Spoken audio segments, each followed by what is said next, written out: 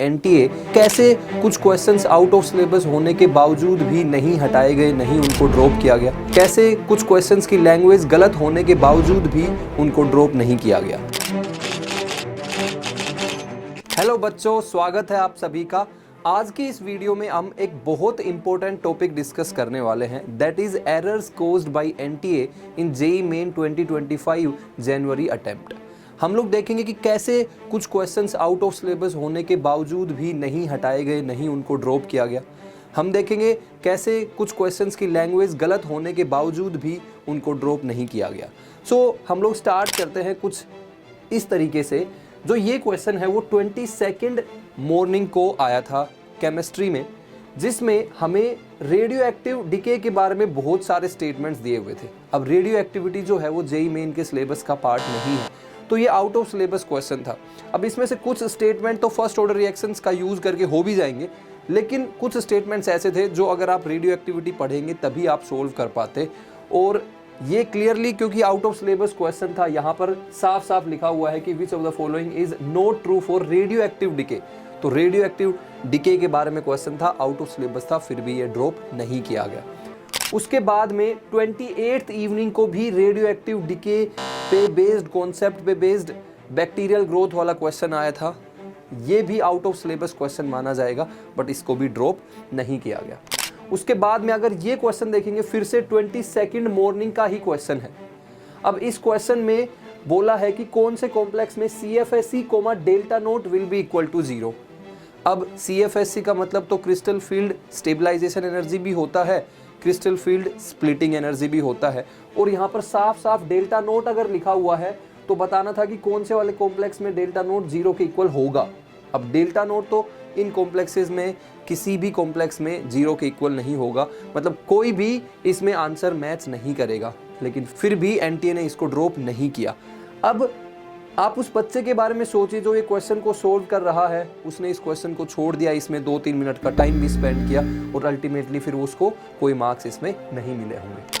उसके बाद में ये एक 28th मॉर्निंग का क्वेश्चन था। अब इस क्वेश्चन में एक से ज़्यादा आंसर्स आ रहे थे। ये बात अलग है कि एनटीए ने बाद में इसका आंसर 2 भी कंसिडर किया और 4 भी कंसिडर किया फाइनल आंसर की में, चैलेंज करने के बाद में। लेकिन जब वो बच्चा इस क्वेश्चन को सोल्व कर रहा होगा और वो देखेगा कि यार ऑप्शन 2 भी आंसर आ रहा है, ऑप्शन 4 भी आंसर आ रहा है, उसको लगेगा कि मेरे कॉन्सेप्ट में ही कुछ गड़बड़ है। उसने इस क्वेश्चन को छोड़ दिया होगा, जबकि उसको ये पता था कि भाई 2 भी आ रहा है, 4 भी आ रहा है, उसने इसको छोड़ दिया। उसको लगा क्यों मेरा नेगेटिव मार्किंग करवानी है, लेकिन बाद में पता चला कि 2 और 4 दोनों कंसिडर कर लिए। तो एक बच्चे को सही आंसर आते हुए भी जब कुछ भी मार्क्स ना मिलेंगे तो कैसा उस पर असर रहेगा। अब इस क्वेश्चन को देखते हैं। 28th इवनिंग का क्वेश्चन था ये। अब इस क्वेश्चन में जब सारे ऑप्शंस को हम लोग चेक करते हैं तो कोई भी ऑप्शन मैच नहीं करता है। ऑल्दो एनटीए ने इस क्वेश्चन को बाद में ड्रॉप कर दिया, लेकिन वो तो बाद में किया ना। क्वेश्चन सोल्व करते टाइम उस बच्चे ने क्या सोचा होगा, इस पे कितना सारा टाइम दिया होगा। हो सकता है कि इस क्वेश्चन के बदले कोई और क्वेश्चन वो सोल्व करता तो उसके आंसर्स आ जाते। अब इस क्वेश्चन में वो अटक गया, उसका कुछ भी आंसर नहीं आया, बाद में एनटीए ने उसको ड्रॉप कर दिया।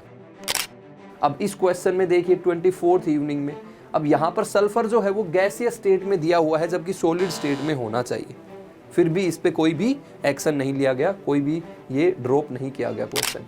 इस क्वेश्चन को देखिए, 29th मॉर्निंग में आया हुआ क्वेश्चन है। ऑल्दो एनटीए ने इसमें आंसर चेंज कर दिया था, लेकिन स्टिल जब बच्चा इसको देखेगा तो उसको लगेगा कि यार मेरे कॉन्सेप्ट में ही गड़बड़ है। ये एक और क्वेश्चन है मैथमेटिक्स का, 29th इवनिंग का। ऑल्दो एनटीए ने इस क्वेश्चन को ड्रॉप कर दिया था, लेकिन जब बच्चा इसको सोल्व कर रहा होगा, इसमें बोला है कि नॉट डिफरेंशिएबल एट 2 पॉइंट्स, लेकिन दूसरे पॉइंट पे वो डिफरेंशिएबल आ रहा था।